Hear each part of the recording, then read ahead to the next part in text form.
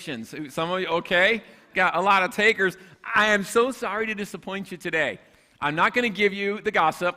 I'm not going to give you the accusations. I'm going to preach at all of you who raise your hands, starting with my wife, whose hand went up, right? So we're obviously not going to give out the spicy gossip and scandalous accusations, but we are going to talk about what to do when you hear them. Because what do we do when we hear them? Please give me more, right? Because there's just something about us that we just want dirt on other people. You know what I mean? Because I think sometimes, I've heard it put this way, if you can push everybody down around you, you feel like you're elevated. You haven't elevated yourself. You haven't made yourself better. You just push everybody so much lower, you feel better than everybody else. So that's just I guess it appeals to our baser fallen nature that we have. What are we supposed to do, though, when we come up against things that we hear about somebody else? So we're going to look in Proverbs just for one verse about it. But first, what we're going to do is we're going to talk about a true life story, something that actually happened where it would have been better for somebody to stop and think about things before they just believed what they were going to hear. Have you ever, just think about this yourself, have you ever believed something and then realized it wasn't true? You heard something about someone, and you said, well, I don't see any other way this, it could be, so that must be true. And then you find out that it's not. That's what we're going to try to keep from happening today, okay? It'll help us to live in unity. So here's the situation. Saul is the king of Israel. And Saul was not a good king. He started off okay, but then he became wicked. He became lifted up with himself, became very prideful. And his son Jonathan was best friends with David, who would later become the king of Israel. So Saul was the king. His son Jonathan, who would have been heir to the throne, was good friends with David. Saul didn't like this very much. Saul did not like the fact that David and Jonathan were friends, especially when God had David anointed to be the next king. Now, you understand, Jonathan should have been the next king. But God appointed David to be the next king instead of Saul's family. So Saul was not appreciating this very much. Well, as it came, and we're skipping a whole lot of stuff just to give you the idea here, Saul and Jonathan both died in battle on the same day. And before they died, where did Samuel come from? Jonathan and David were talking, they were best friends, and David promised Jonathan that I'm not going to destroy your family. This is what would often happen when a king from not in the family, sometime in the family, when they would take over the kingdom, they would kill everybody who might possibly try to usurp the throne. So even sometimes they would kill their own family members, their own brothers and things like that, because I'm afraid you might try to take the throne, and so I'm going to eliminate you. So this would happen, and Jonathan came to David and said, look, we're best friends. You know what? When you take over the throne, Jonathan was okay with this. When you take over the throne, just don't kill my family. David said, okay, that's fine. I won't kill your family. Just so happened that Saul and Jonathan both died in battle, and then through a series of difficult events, David did end up taking over the throne. David became king. And one thing that Jonathan had a son named Mephibosheth. I don't know why none of you named your kids Mephibosheth. That would have been just wonderful, right? But Mephibosheth was a son of Jonathan, and he was just a little baby when Jonathan and Saul were killed in battle. And when this happened, of course, it's going to make the kingdom go crazy. And so Mephibosheth's nurse picked him up and went running because everyone's scattering. You don't know what's going to happen in the kingdom. And she dropped him, and he became lame in his feet. So Mephibosheth now, a descendant of Saul and Jonathan, now is lame, and he can't really take care of himself. And so David eventually takes over the kingdom, and he says, look, are there any descendants of Jonathan left? Because I want to show kindness to them because of my friendship with Jonathan. Somebody introduces him to a man whose name is Ziba, Z-I-B-A. Ziba was a servant in the house of Saul and Jonathan. And so David calls Ziba and says, hey, are there any descendants left of Saul and Jonathan? And he says, yeah, this one kid, Mephibosheth, who's now a little bit older, Mephibosheth, who's lame in his feet, he is still alive. And so David says, bring him. I want to give him honor. That's where we pick this up in 2 Samuel chapter 9, verse 1. David said, is there still anyone who is the house of Saul that I may show him kindness for Jonathan's sake? And it was a servant of the house of Saul whose name was Ziba. So when they had called him to David, the king said to him, "Are you Ziba?" He said, "At your service." Then the king said, "Is there not still someone of the house of Saul to whom I may show the kindness of God?" And Ziba said to the king, "There is still a son of Jonathan who is lame in his feet." Now the king said to him, "Where is he?" And Ziba said to the king, "Behold, he's in the house of Machir, the son of Ammiel, in Lo-debar." Then King David sent and brought him out of the house of Machir, the son of Ammiel, from Lo-debar. Now when Mephibosheth, the son of Jonathan, the son of Saul, had come to David, he fell on his face and prostrated himself. Then David said, "Mephibosheth." And he answered, "Here is your servant." So David said to him, "Do not fear." You can imagine he was afraid. What's he going to do to me? Because I could take over this kingdom. David said, "Do not fear, for I will surely show you kindness for Jonathan your father's sake, and will restore to you all the land of Saul your grandfather, and you shall eat the bread of my table at my table continually." Then he bowed himself and said, "What is your servant that you should look upon such a dead dog as I?" And the king called to Ziba, Saul's servant, and said to him, "I have given to your master's son all that belonged to Saul and to all his house. You therefore and your sons and your servants shall work the land for him, and you shall bring in the harvest, that your master's son may have food to eat. But Mephibosheth, your master's son, shall eat bread at my table always." Now Ziba had 15 sons and 20 servants. Some of you need to get moving on that sons thing. Then Ziba said to the king, "According to all that my lord the king has commanded the servant, so will your servant do. As for Mephibosheth," said the king, "he shall eat at my table like one of the king's sons."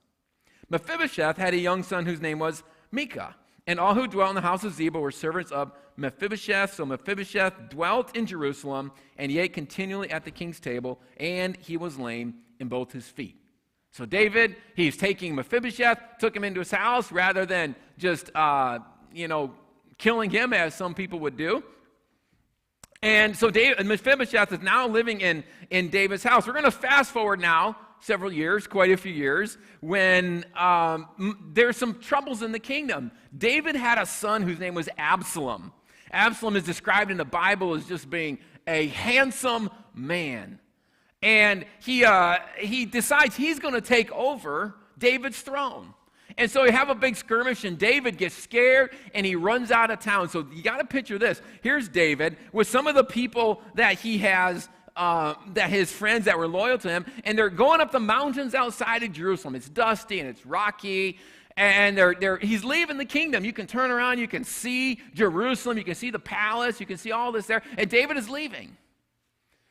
And he comes across Ziba, the servant of Saul and Jonathan, that is supposed to be helping Mephibosheth now. Mephibosheth has taken over everything, all his parents, his dad and his grandfather's personal property, and Ziba is supposed to be Mephibosheth's servant now. So Ziba meets David as David is running out of town, and this is what he says, skipping up to chapter 16. This story is important because it teaches us a great lesson. Verse 16, when David was a little past the top of the mountain, there was Ziba, the servant of Mephibosheth, who met him with a couple of saddled donkeys, and on them 200 loaves of bread, 100 clusters of raisins, 100 summer fruits, and a skin of wine. And the king said to Ziba, "What do you mean to do with these?" So Ziba said, "The donkeys are for the king's household to ride on, the bread and summer fruit for the young men to eat, and the wine for those who are faint in the wilderness to drink." Then the king said, "And where is your master's son, Mephibosheth? Where's Mephibosheth? You're coming out to support me. Where's Mephibosheth, the one who I've been taking care of?" And Ziba said to the king, "Indeed, he is staying in Jerusalem. For he said, 'Today the house of Israel will restore the kingdom of my father to me.'" So the king said to Ziba, "Here, all that belongs to Mephibosheth is yours." And Ziba said, "I will humbly bow before you, that I may find favor in your sight, my lord, O king." You see what's going on here? David has given all this to Mephibosheth, and Ziba is a servant, and Ziba says, "Oh, King David, Mephibosheth is hoping the kingdom of his fathers is restored to him, and I have come to be loyal to you." Well, where's Mephibosheth? He stayed in Jerusalem because he's hoping now that he can be king. He's usurping your throne, O king. And David says, "You know what? Look at the situation here. I'm up here. Ziba's here giving me gifts and showing support to me. Mephibosheth isn't here. You know what must be true? Exactly what Ziba is saying." David was a wise man, but he wasn't wise enough to think through things in this situation. He should have thought about this. He should have asked around. He should have got more information. Of course, the time goes by. Absalom dies.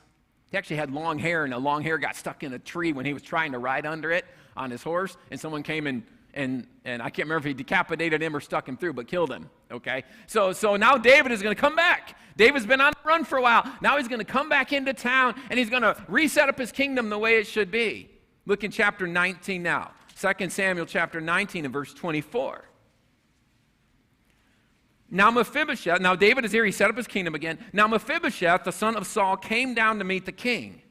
And he had not cared for his feet, nor trimmed his mustache, nor washed his clothes from the day the king departed till he returned in peace. So it was when he had come to Jerusalem to meet the king that the king said to him, "Why did you not go with me, Mephibosheth?" And he answered, "My lord, O king, my servant deceived me. For your servant said, I will saddle a donkey for myself that I may ride on it and go to the king because your servant is lame." Now some translators translate that differently, that he had actually asked Ziba to saddle the donkey, but he wouldn't do it. So he said, "I wanted to go to you, but my servant wouldn't help me. And as he has slandered your servant to my lord the king, but my lord the king is like an angel of God, therefore do what is good in your eyes. For all my father's house were but dead men before my lord the king, yet you set your servant among those who eat at your own table. Therefore, what right have I still to cry out anymore to the king?" Wait a minute, we got a different story now, right? And David is climbing that mountain outside of Jerusalem. Ziba comes and says, Mephibosheth wouldn't come. Mephibosheth wants to get the kingdom back for himself, but I, your loyal servant, am with you. And David said, because you are loyal and Mephibosheth isn't, I will take everything I gave to Mephibosheth and I will give it to you. Now fast forward to the time when David comes back in town. He's like, wait a minute, there's another side to the story. Now Mephibosheth comes, he says, you know Ziba who met you up on the mountain and claimed he was so loyal to you? He was lying to you. He was slaughtering me. I'm lame. I couldn't go out and saddle my own donkey. And he left town and left me in Jerusalem. Now David is stuck in a quandary. Because David realizes, wait a minute, there are two sides to this story. And I never thought that this one was possible because when Ziba met me on the mountain, I had no reason. Mephibosheth wasn't there. Ziba was there. There's no other possible way this story could be. But wait a minute. Now, I see that there is a different story. Have you ever been in that situation? It seems so right. There's no way it can be something else. I know it's right. And by the way, man, that gossip sounds so good. I'm just going to believe it. David realized he had a problem here. He'd already taken everything that he had given to Mephibosheth and gave it to Ziba. Now what's he going to do? His response is interesting. Verse 29 of 2 Samuel 19. So the king said to him, "Why do you speak any more of your matters? I have said, you and Ziba divide the land." Then Mephibosheth said to the king, "Rather let him take all, inasmuch as my lord the king has come back in peace to his own house." So it's like David doesn't know what to do now. Who's right? We would think, well, it seems to indicate more that Mephibosheth was telling the truth, but we're not told exactly. What we have is two stories. Ziba versus Mephibosheth. Who's telling the truth? David doesn't seem to know. So instead of saying, you get everything or you get everything, he said, divide it and leave me alone. I don't want to hear about this anymore. Because I don't know any of you parents, you ever felt like that?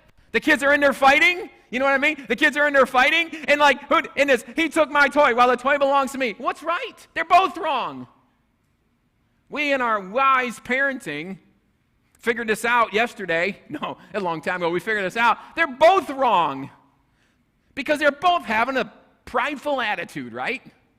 Still, you don't know how to fix the problem, but at least you know what the real problem is now.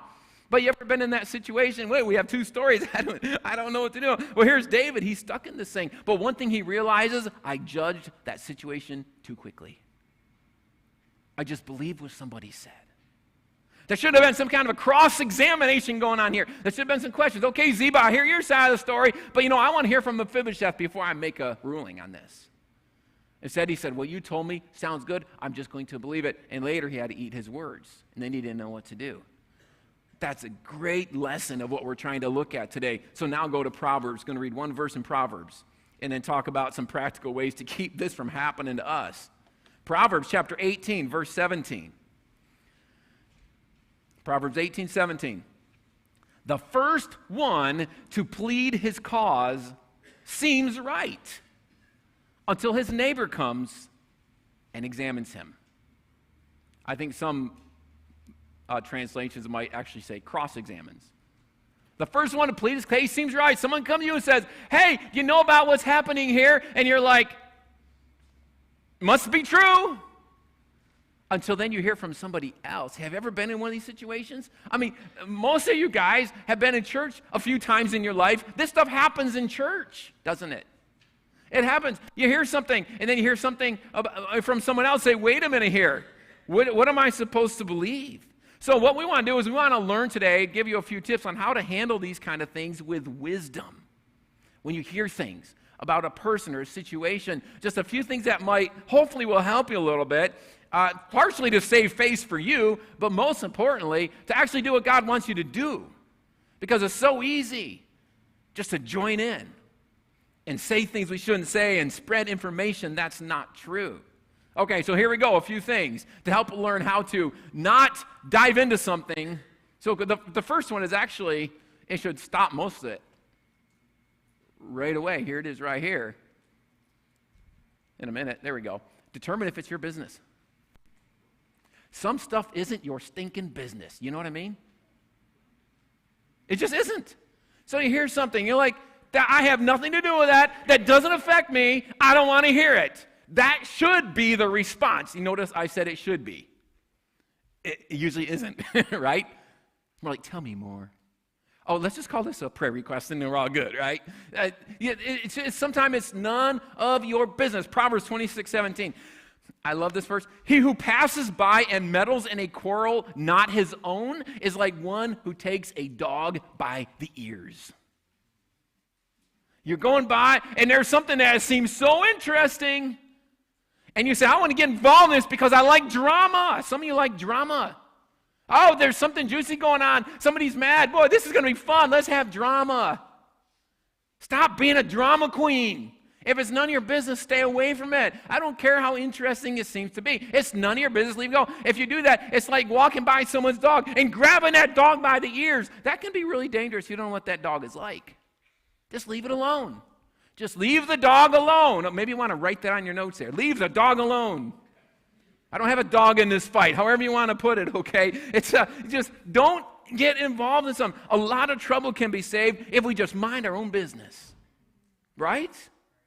It doesn't matter to you. It's not a big deal. Don't try to feed your own curiosity. Man, we are curious people, aren't we? We blame it on the cats. Curiosity killed the cat. Blame it all on the cats. We should blame a lot on cats, by the way. They're deserving of it. They really are. But people do the same thing. Oh, just tell me more. This is so interesting. I know I probably shouldn't and everything, but tell me. Trying to just feed our own desire to have information. I've heard this phrase, use this phrase. You probably heard it too. Those who gossip to you will gossip about you. Yes, they will.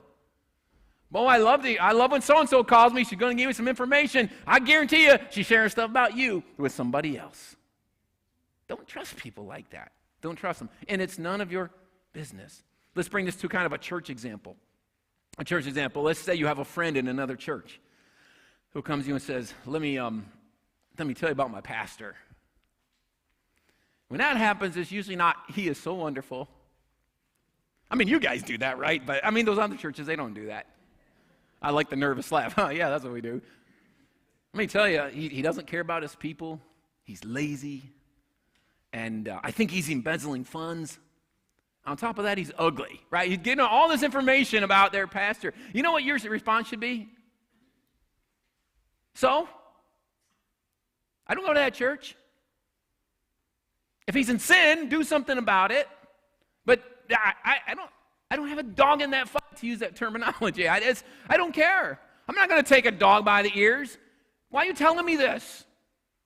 If you don't like that church and you can sit there with an attitude every week, leave. Go bless some other church, right? Don't sit there and do that. Just be out of there just because you're complaining about things. But so we want to say, oh, tell me more. Tell me how bad he is. No, it's none of your business. If you want to be concerned about how bad that pastor is, go join their church and then complain about him, right? Actually, I recommend don't do that. Don't do that. Don't do that. Your response should be, you know what? It's none of my business what goes on over there. But see, we do this all the time. We're interested. We want somebody to tell us things. Have you ever been sitting in a restaurant and somebody in the next booth over is on their phone complaining about somebody else? And they think like everybody in this restaurant really cares about this conversation? You know what I'm talking about? Maybe you are that person. I don't know. But they're sitting there, and I'll go to study, at a restaurant, and I'm like, I got to put my earbuds in and listen to something because I don't want to hear this. I don't care that you're mad at your landlord, and all you want to do is talk about how bad your landlord is. It doesn't matter. And why do you have to tell this other person? See? But we want to hear, we want to talk, because as we push other people down, we feel so much better ourselves. So number one, it might not be your business, just leave it. And then you don't have to worry about the rest of this stuff. When you hear gossip, when you hear accusations, if it's none of your business, just let it go. They ought to write a song about that. Just let it go. Just let it go. Number two, be slow to judge situations. So important. David wasn't very slow to judge the situation. He just looks at the few facts he had and said, this must be right. This is what I'm going to do. But then later he found out there was something else. Be slow to judge. Look again at Proverbs 18:17. The first one to plead his cause seems right until his neighbor comes and examines him. It seems right at first.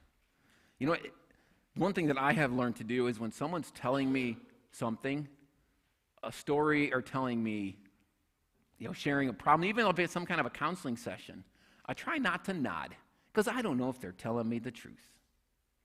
You know what I mean? I don't know. Listen. That's what you can do. Listen. Say, oh, I can understand how that must hurt. But they might be lying through their teeth. You don't know. Don't just nod in agreement with them. You don't know. You might say, I don't see any other way that this can be. Man, you start getting in the middle of marriage conflicts, and that can be really, really dicey. Because the other one is just a demon in disguise. That's usually how it is, right? And you need to fix him, or this isn't going to work. Or you need to fix her. That's how this goes. And I'm the little angel, right? And he or she is a demonic, just a vampire or something. And then you gotta fix that person. Wait, okay. I'll listen to you in that story. It's your business if it's a counseling or whatever. You get what I'm saying there, right? And then we're going to find out what else is going on. I've always heard there's three sides to the truth: his, hers, and the actual truth, right? Because we see things in different way. I want you to write this down, and don't forget this. And I don't mean to sound demeaning, but it's so true. Here it is. Be humble. You don't know everything. I was thinking about asking how many of you do know everything, but I don't think I want to do that. I heard someone say, those people who think they know everything are really irritating to us who really do. So be humble. You don't know everything. That might be a shock for some of you. What? I don't know everything? No, you don't know everything. It's so easy when we hear something say, that's right. I cannot see any other way around this. That must be the truth. But then you hear another side of it. You say, whoa, I never thought of that. Maybe I don't know what's going on. Maybe there's more information. How many of you can be honest, how many of you have ever complained about politicians? Okay? We got some spiritual people in here that didn't. I have many times. Okay? Many, many times. Complain about politicians. But one thing I know, if you're in any kind of a leadership position, you understand that there's stuff you don't know. I would like to instruct the president on how to do things. I wish he'd call me every morning. What should I do? I'm not going to say the advice I would give him right now, but that's, or your representative or your congressman or woman or the governor or your mayor or whatever. Hey, what should I do? I'd love to, but you know what? And there's some things that are just pretty clear that it's wrong, that it's messed up. But we don't know. We don't read that stack of papers they get every day. We don't know all the information. Your boss at work, when you complain about your boss, your supervisor, you don't know what they're going through. You don't know what they're doing. And there's some bad ones, no question. You don't know what's going on. So we just need to remind ourselves sometime, I don't know everything that's going on. There's information I am not privy to. We just need to be humble about this. I didn't know that. We had a situation once years ago, not in this church. I had a secretary who had a serious problem with another guy in the church. And this was just one of these just ongoing things. You ever feel like you're babysitting? Yeah. If not, get in the ministry, right? Or teach school or something. So she came to me one day. She was all upset. She said, I put a check. We had a cleaning people that came and cleaned the building. She said, I put a check for them here on this, in this paper thing, you know, with those little, what do you, like a file thing, whatever. I put it there. And she said, this guy came and took it. It's gone. Well, I said, well, how do you know he took it? Well, it's not there. Now, knowing this guy, it could have happened, right? Because I know how there were always these little jabs and, you know, stuff would come missing and found in weird places in the building if there's something he didn't like, you know, that would. So I knew it was very possible. But I said, you know, maybe, I don't know, maybe it like fell down behind the file cabinet. No, I'm telling you, he took it. Okay, stop the situation. This is what's going on here. She knew what happened. On what evidence? Number one, the guy sometime was a jerk. Number two, the check was gone. That's enough evidence to hang him by his toenails, which is what she wanted me to do. Call him down, strip him of his membership, whatever. That's what she wanted me to do. I'm adding that part, but I felt like it. This was a long-term thing.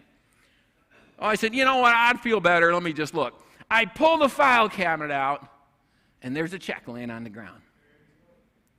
Oh, whoops. What a lesson. You don't know everything. So stop guessing. Stop immediately blaming. See, at that point, he does this kind of stuff. The check's gone. There's no other possibility, right? Well, maybe there was. But you didn't think of it because you're too jaded.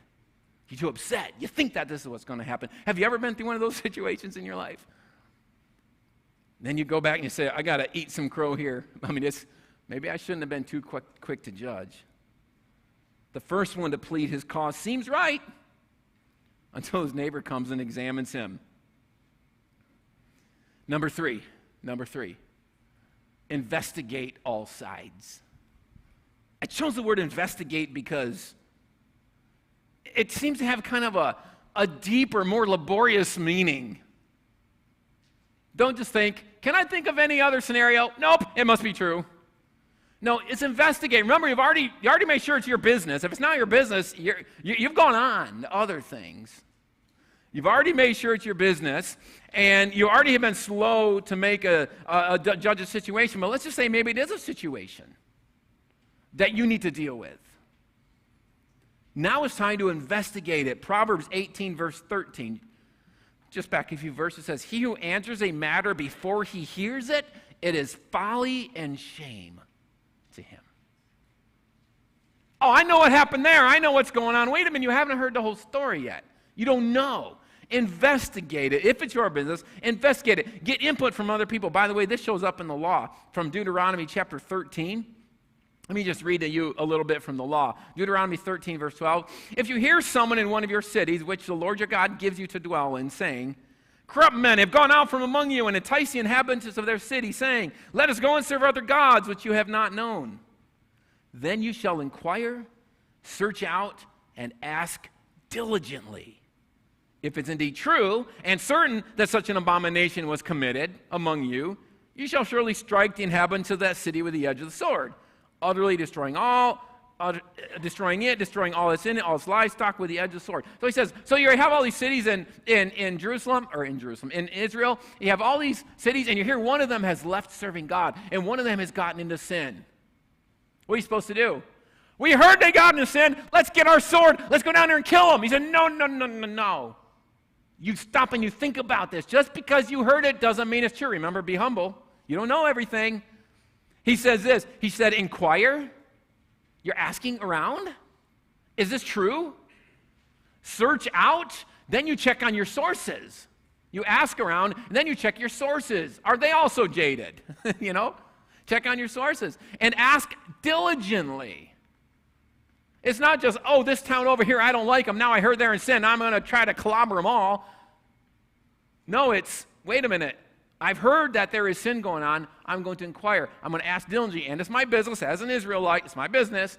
And if it's true, if it proves to be true, then I do something about it. But if I don't inquire and ask diligently and search and investigate, I got no business doing anything. Have you ever been in a situation where there was an accusation against someone in leadership? Let's use church example again. A church leadership example. You say, okay, it's my business, it's my church. What do? You investigate. Is it true? 1 Timothy chapter 5, verse 19. Paul actually specifically spoke about this, 1 Timothy 5. He says, do not receive an accusation against an elder except from two or three witnesses. And in the Old Testament, in the law, Deuteronomy 19:15, one witness shall not rise against a man concerning any iniquity or any sin that he commits, but by the mouth of two or three witnesses, the matter shall be established. Whether it's in a church or any situation, your job, your neighborhood association, whatever it is, it's wise not to just accept what somebody tells you. Maybe it's true. I'm not saying it's not true. And maybe it's true. But when you hear something, number one, is it my business? Number two, I'm not just going to jump on this thing quickly. I'm going to check it out. Number three, I'm going to investigate it deeply. I want to find out, is this really true? How do we want to respond? We want to respond often to just like, that must be true because of my opportunity to get that person. No, wisdom says, you know what? I'm going to slow down. I'm going to think about this, and I'm going to investigate it. Is it really true? But boy, it's just hard because we want it to be true sometime.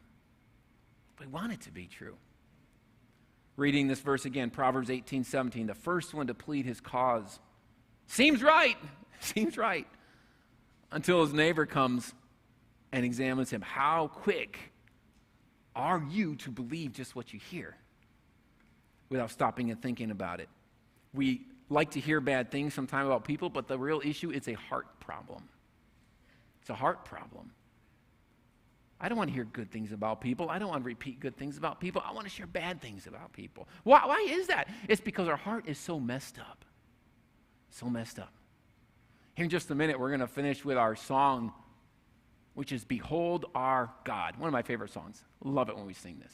Behold our God. You know what? If we can stop and think about this here for a minute and think, how do we keep from thinking wrong things about people? Maybe if we think about who God is. Instead of thinking about the bad things of other people, think about who God is and how great he is. Then you don't have time to do all the bad thinking about other people. So it's a great invitational song, I think, for today. Behold our God who's seated on the throne, who can do everything and do anything. Think about how good he is rather than how bad other people are. Because I tell you, we start comparing people against God, and we have to put ourselves there too. We have to compare ourselves against God, and suddenly we don't look a whole lot better than the other people. So behold our God and don't behold other people. Let's bow our heads today. I wonder, some of you might just want to sit there where you are and tell God right now, boy, I have been blowing this one. I am listening to gossip, accusations, and spreading it because frankly, it's a matter of pride. I want to be the one with the information.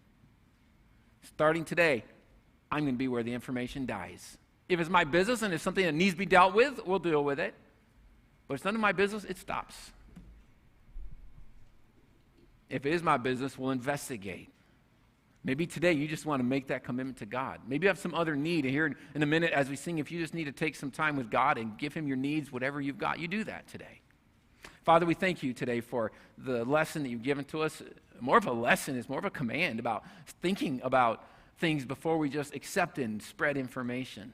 Help us to be a church that is a church of unity and love. And Lord, I believe we are that way. I don't see these things going on, but we always have to watch out for this.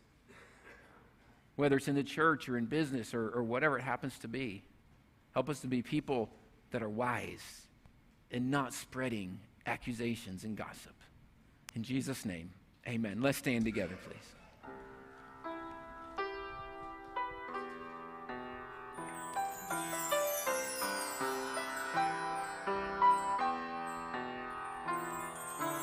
Who has held the oceans in his hands? Who has known